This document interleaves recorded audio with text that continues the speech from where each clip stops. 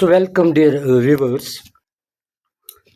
This is our first lecture in a series of lectures which are meant for people with non-mathematical background uh, so that they are able to understand the basics, at least basic concepts of machine learning.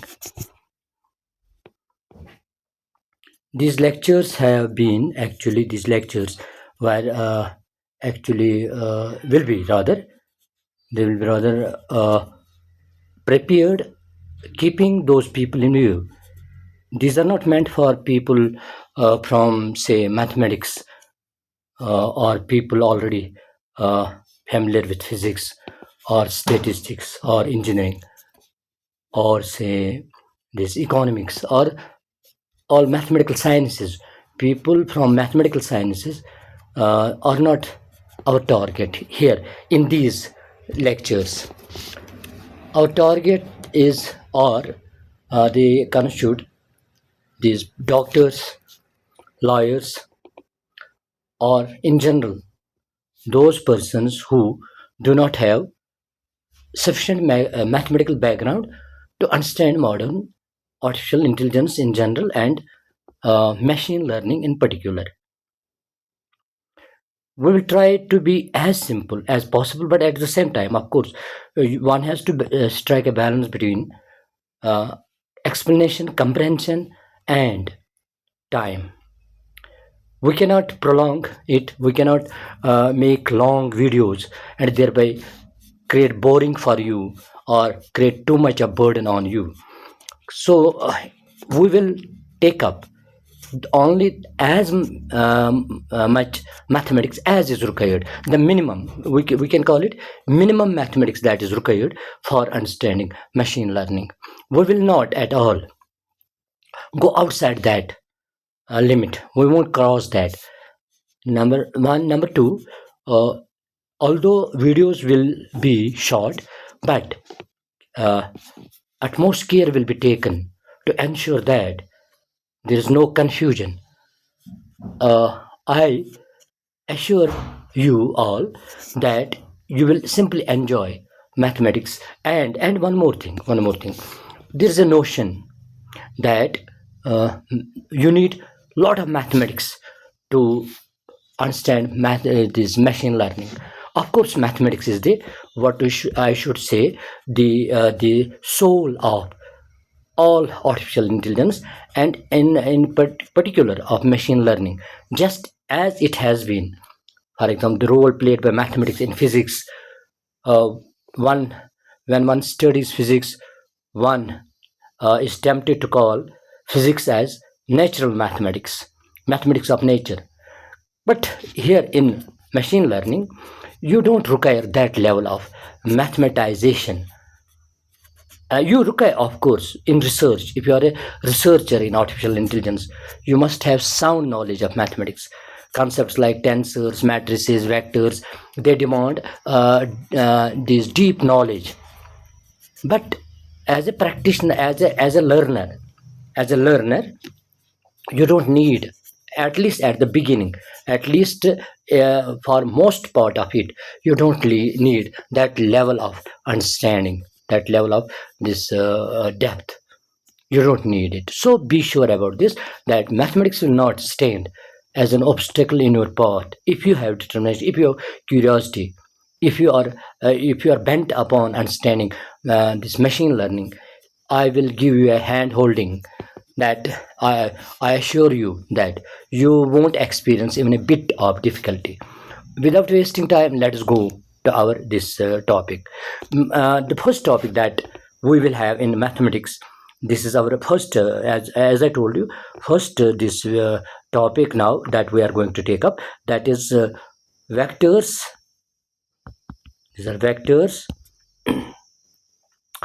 Then we have matrices, and tensors.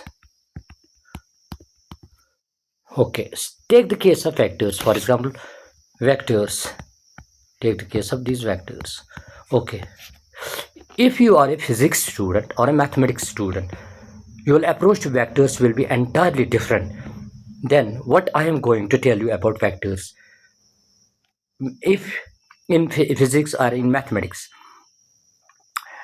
we start with something different than what we are going to start with here. Now, without going into physics, mathematics, etc., let us keep ourselves limited to what we need in machine learning. In machine learning, if I take these vectors, matrices, and tensors in machine learning, these are so simple to start with. To start with, you will find it how simple they are, what they are actually.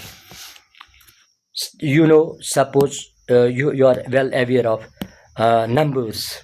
Numbers say 2, 3, 7, 11, 15, 15, 17, 99, and so on. Suppose you have a lot of numbers.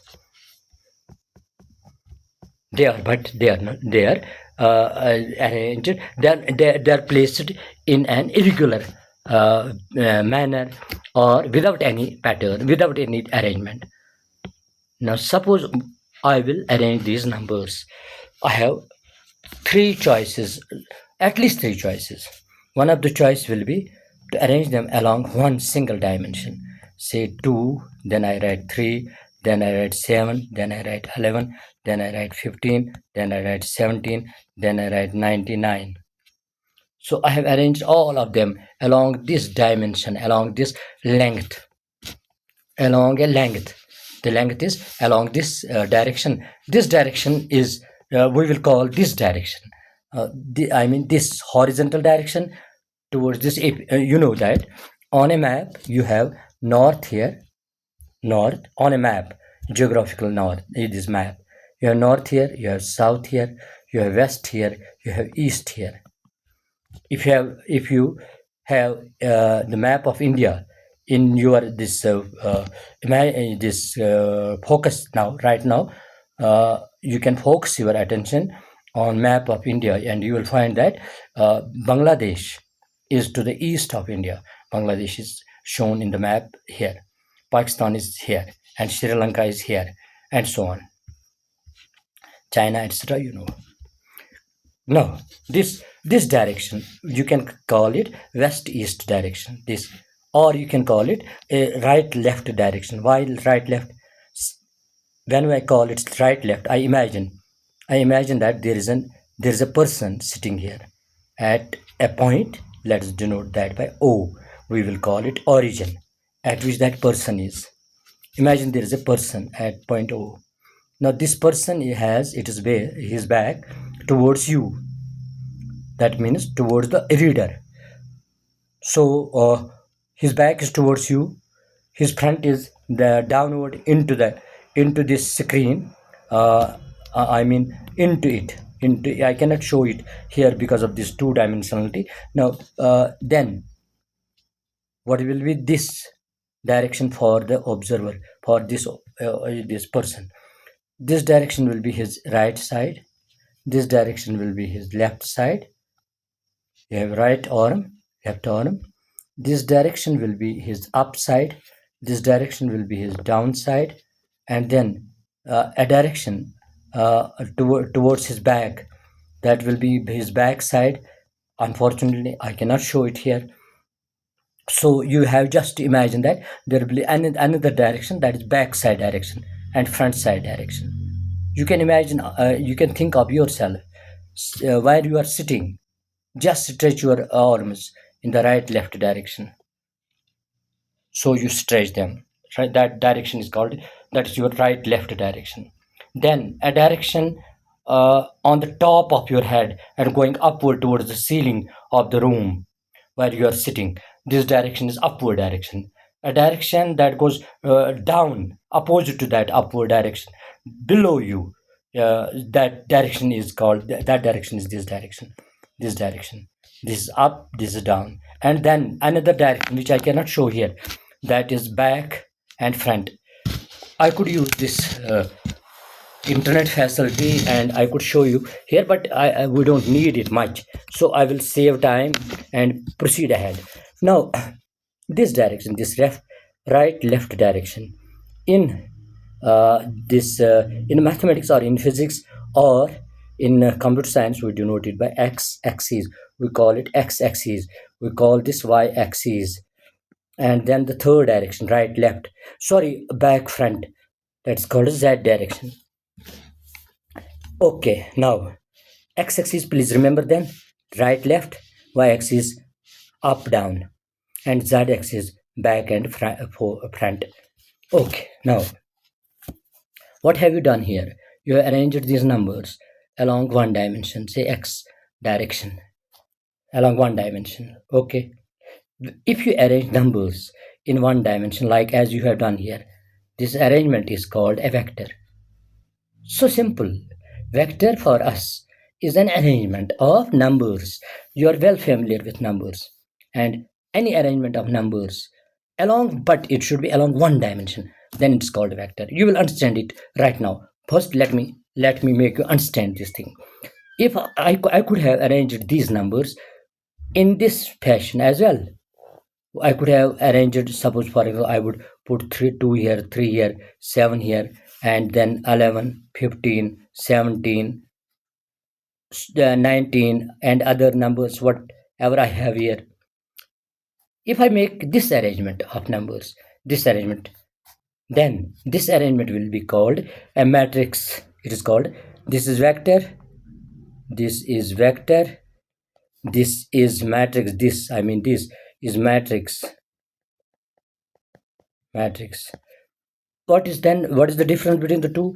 In vector numbers are arranged in along only one dimension. In matrix, numbers are arranged along two dimensions. Look at this dimension and this dimension. This dimension, in case of matrix, this dimension is called row. We call this row.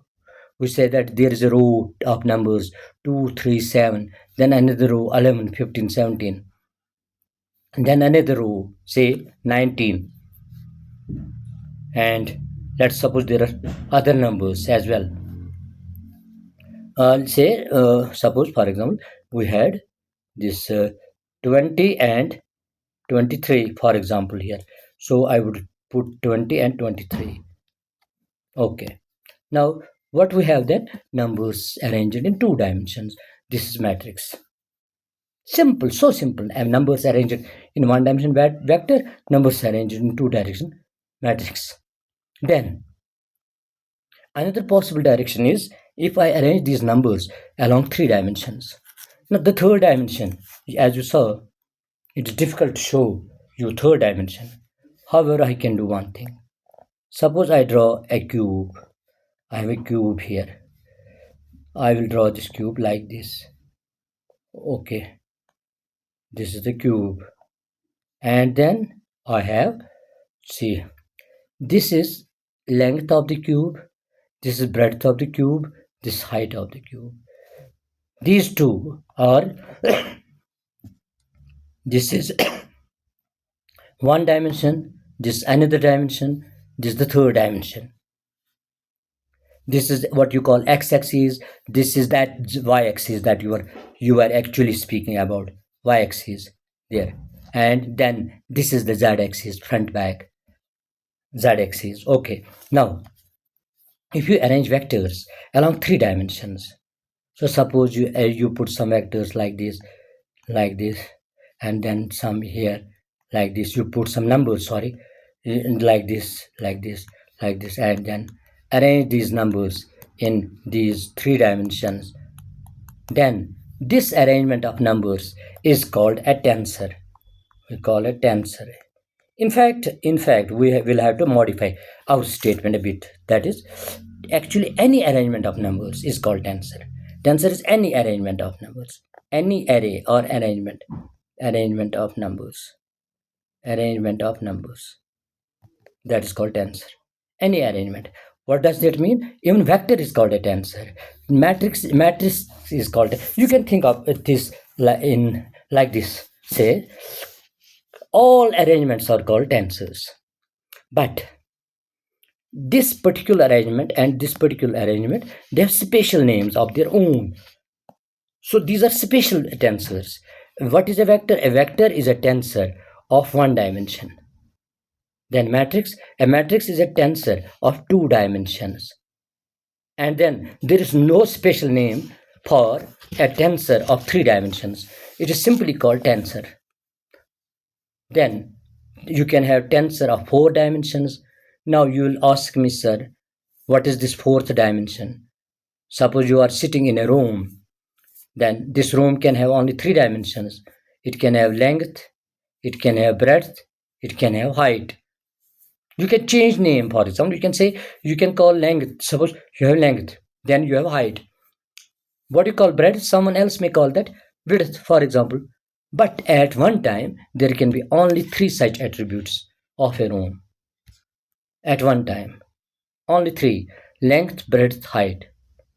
Can you have any other attribute of the room? Yes, you will say, sir, diagonal. There is diagonal. But then diagonal has a problem. What is the problem? If you might have noticed here, come here and see the angle between this y-axis and x-axis is 90 degree. This is 90 degree. Okay. Angle between z-axis, which is back front axis, or you can check it here. This x-axis, for example. This is y-axis. Angle between the two is 90 degree. This is z-axis. Angle between these two is 90. Although it doesn't seem here. It doesn't seem to be 90 degree. But if you have a real cube in front of you there, you can easily see it. You can easily see it. Now, if you have, suppose, so at the most, space can have three dimensions. Then physics tells us that, well, there is a fourth dimension, dimension of time. But that dimension is not this ordinary dimension of space. And one more thing, and no one among us has been able to see time. This fourth dimension is not visible to us. So it is a mysterious dimension. Better we leave it to physics and then come back to this. In our world, in our world where we live, a world known to us, there are only three spatial dimensions. Spatial means of space. Spatial dimensions, three spatial dimensions. But that does not stop mathematicians from imagining a fourth dimension.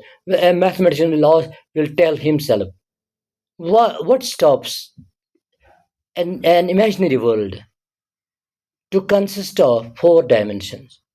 So he tells himself, you can have a world, as a hypothetical, an imaginary world of four dimensions.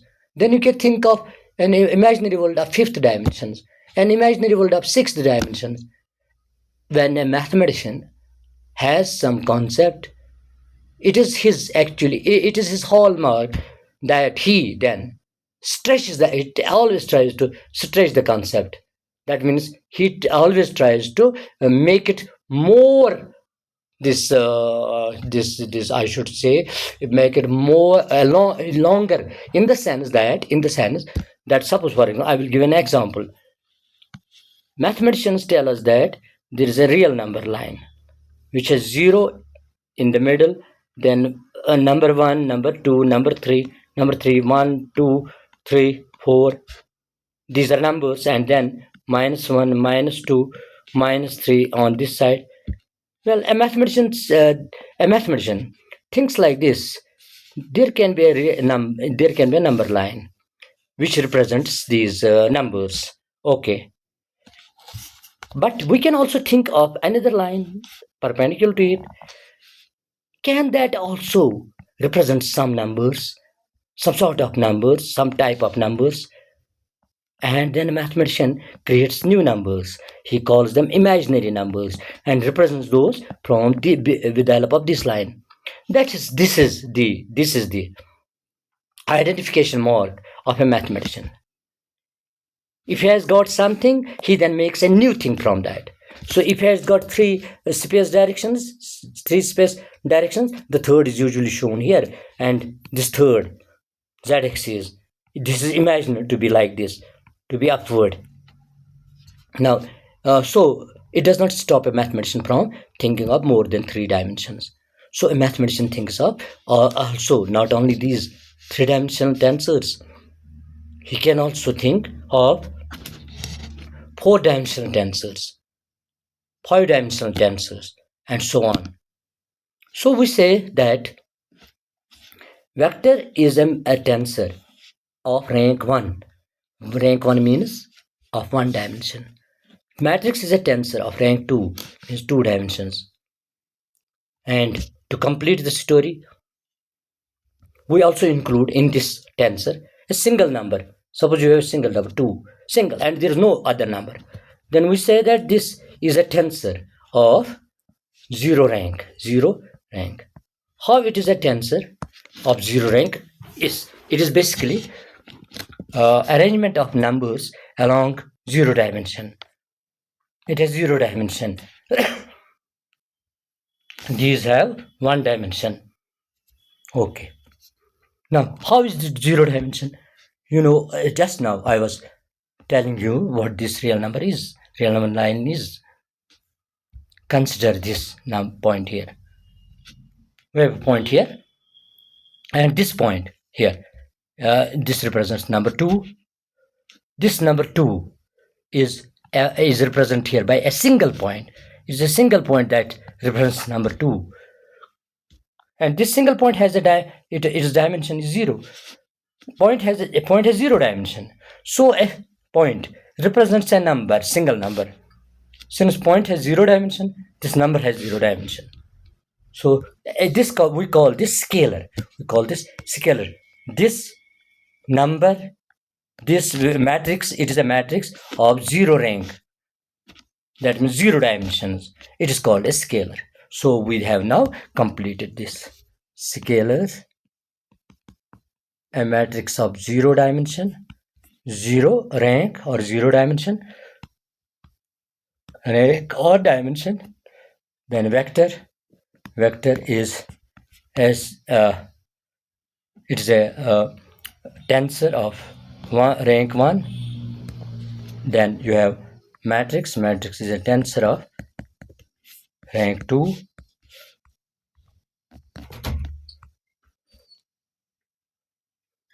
Rank 2, and then we have again these other tensors, rank 3, rank 4, rank 5. Okay, we just need this much of information about these, just this much, plus one more property. I have simply to impose a property upon them, and that then will make us ready for going for this machine learning. We will be ready then to understand, ready to comprehend what machine learning means. What that property is? Yes, so I will have to define a property of them that is called their dot product. And in order to understand dot product, we first go to one interesting thing. What is that? Suppose there is another way. This was one way of looking at vector. There's another way of looking at a vector. What is that? Look at this. What it is from your middle school knowledge of geometry. What is this? You will say a line segment. Some people may call it line, but then people call it line segment. A line of some limited length, that is line segment. Okay, now this is a line segment. If I place an arrow on it, what will this arrow bless it with? This arrow will give it a direction. Now it has a direction in this arrow. It is now directed here like this. This is its direction. Okay, it is pointing now in this direction. Then we have now a line segment with a direction, or we can also say a directed line segment. Directed line segment is this is another way you can define a vector. And this definition is just geometric definition. How it is a vector, how it is compatible with what we understood here, that is my this program. That is what I'm going to tell you. How it is the same thing as I have spoken of before this. Now see how this is the same thing. Suppose this vector represents, say, this vector represents this directed line segment. Rather, let's not first give it the name vector. Let's call it directed line segment. This directed line segment represents, say, I will tell you what it represents. Real, from your real this life, I will get an example. Suppose here is a point, and you and your friend are standing at this point. Point means place. There's a place. I call it O. This place can be, say, suppose some point somewhere in the playground. You are with your friend. Both of you are in the playground at some point. I have not shown the whole playground. The whole playground may be something like this. Something like this. Okay, you both are standing here. This is the point. Then I ask my friend what I do. I ask my friend, where do you live? He points in this direction. He points in this direction. There is my home. That is my home. This is his home. Okay, let us denote it by H. This is home. Well, that is my home. So how much it is far from here? He says that it is at a distance of 300. Say let's take it 50 meter from here. 50 meter from here. I have chosen this 50 deliberately. I will later on tell you why. Now, but there is no magic involved. Now see, your home is at a distance of 50 meters from this point. Now, your friend has the choice. Your friend rather has the choice that if he wants to reach your home, he can come first to this point O and then travel in this direction and reach your home. But he needs two things to reach your home. Number one, he needs exact number of meters that he has to travel. Number two, he also needs to know in which direction he has to travel. Suppose he travels these 50 meters, not in this direction, but in this direction. Will he reach your home? No, he will not reach your home. In this direction, if you travel a distance of 50 meters, you won't reach home. So you need to give him two things, 50 meter and direction. It is direction. 50 meters is okay, it is easy, but pointing out the direction is a bit difficult. Why it is difficult? See, you have direction. There is one way you can show the direction. That is, take this horizontal line here, this horizontal line x-axis here. Then you have to tell him that when you reach point A, make an angle of 45 degree with the horizontal and then go. So making angle, exact angle at a position, at a place, that is quite difficult. Of course, not impossible, but impracticable, but not impossible. Okay, so you have to give him two things, 50 meter and 45 degree. 45 degree. Okay, now one of these is a number, the other is an angle. 45. This is a number, this is an angle.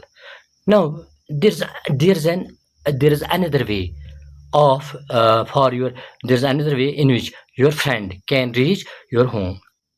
That is, instead of giving him this distance and this direction, tell him to walk 40 meter in this direction, in the x direction. Walk 40 meter. He reaches here, O A. By walking 40 meter, he reaches here, and then ask him to turn and go in this direction at an angle of 90 degree. You can go in this direction. Yes, in this direction. This is not up down direction. This is not up down. This is direction on the ground. Okay, you are not going up above the ground. This direction on the ground. Now you have here. You give him this direction, 30 meter.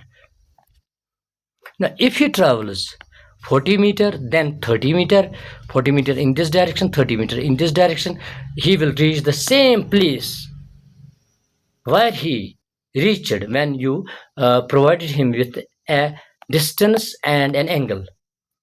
So this we say that this 40 and 30, these two numbers 40 and 30 are equivalent to this. In which sense they are equivalent? They produce the same result as produced by this. What result does this produce? This vector, this directed line segment produces the result that it takes your friend from O to your home. And what do these two produce? They take your friend from O to your home. We say that these two are equivalent to this. Equivalent to this. We call these two components of this. That is to say, we have a situation like this. We had a directed line segment like this, and we found that this directed line segment is equal to two numbers. Is equal to two numbers, 40 and then 30. Is equal to two numbers, 40 and 30. 40 and 30. So we can write here, we can write on the body of this direct line segment, we can write 40 comma 30. 40 comma 30. So it is, we say it represents, this direct line segment represents a pair of numbers. A pair of numbers. This pair of numbers. Think of every direct line segment. Suppose you have a direct line segment in the plane of this screen. Think of such direct line segments that they always represent two numbers. One number gives us how much you have to travel along x-axis. The other gives us how much you have to travel along y-axis. Like this and this. So we say, since this direct line segment represents a pair of numbers, and this pair of numbers is arranged along one dimension, so we say that this direct line segment is a vector. This direct line segment is vector because it is equivalent to a pair of numbers. After all, you might have realized one thing. You might have felt this thing that this matrix, vector, scalar, or tensor, all of these are about numbers. So every vector in the plane of this paper, in the plane of this screen, is a pair of numbers. If the vector is in the space, suppose vector is not in this plane. Suppose this arrow of the vector is up above the screen, then this vector will have three components, three numbers. It will be equivalent to three numbers. I now need to show you this. Now I use this split screen, and then I go to this Chrome and I write show me a vector in three dimensions. So we go here, show me a vector in three dimensions. Just a minute. Yes, for example, it has shown, but I want something different. What is the best best image? That will be, let us see, if we take this, suppose but this is a little bit complicated. It is better to use this. Okay, we will use this.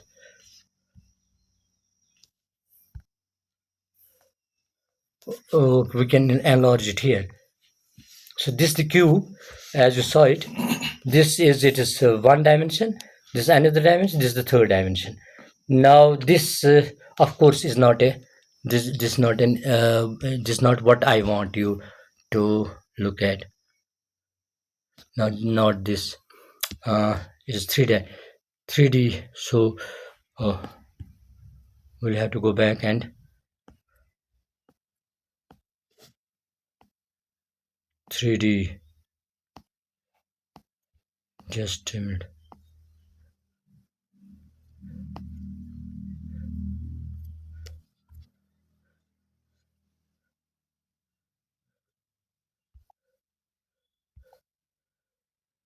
Just a minute. Show me a three-dimensional image of a three-dimensional vector. three-dimensional image of a three-dimensional vector.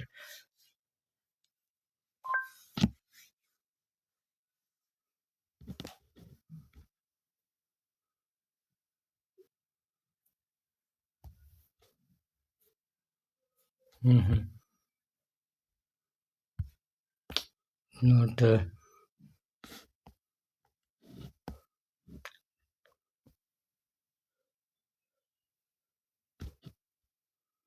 three-dimensional image of a vector. There are so many things here, but not that what we actually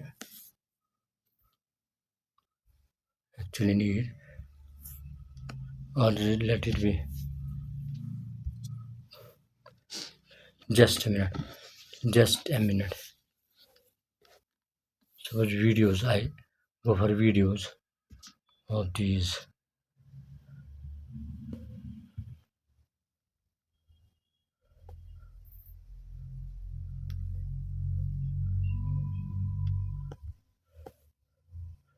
It's not difficult to show, but we should have been then on the board. Since we are working on the screen, that makes it difficult to show it on the screen. None of this is what I wanted to show you. None of them is that. None of them is that. Anyhow, I will check it up, and then okay, let's not waste time. uh, it is better for us to save our time, and then see if you have. I will just tell this thing and then explain it in next video, because I will first search for it. If this vector, if this line segment is not within the plane of the screen, if it is above the plane of the screen, then its tip will not be here on this, it will be up in air, and then in we will need three numbers to reach that tip.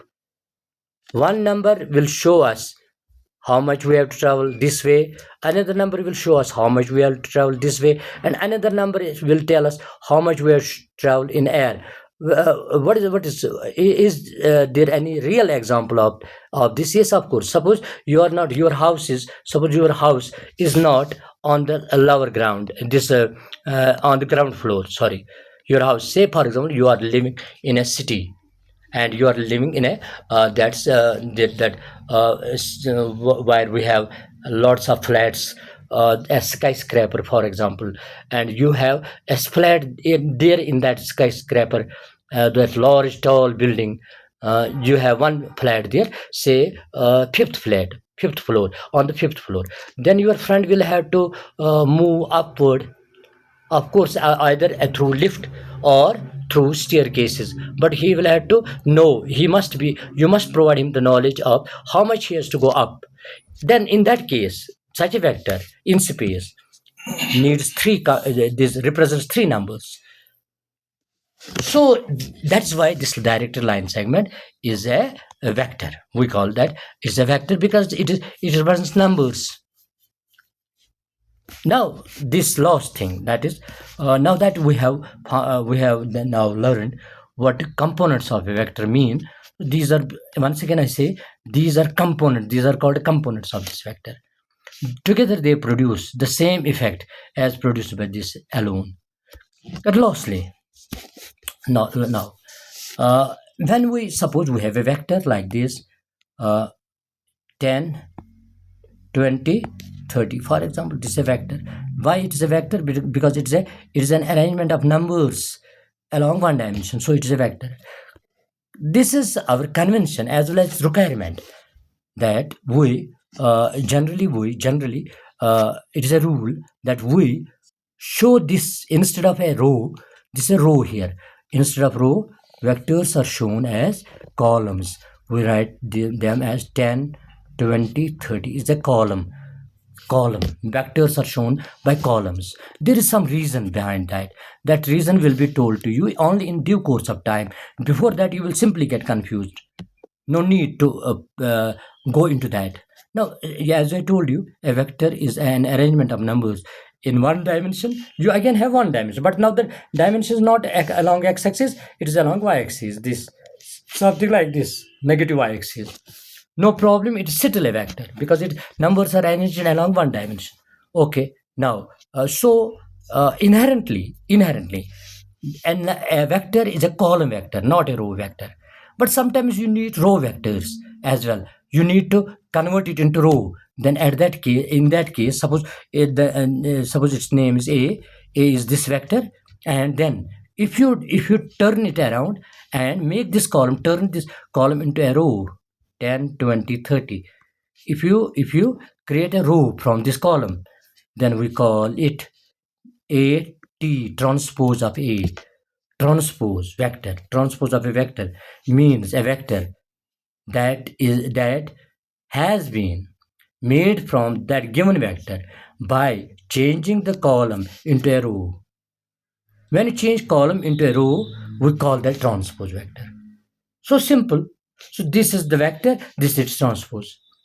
Now the last thing, that is dot product. What is dot product? You see it, but not in this video. That will actually make this a long video. So we stop this video here, and we after some time we will go for another video where we will teach you what dot product is. Till then, please have uh, have a look at what you have already learned, and do please do try to understand it. This is quite easy, we have found that. Let me revise it. What we found, that is, number vectors, scalars, or matrices, tensors, all of these are about numbers and their arrangements.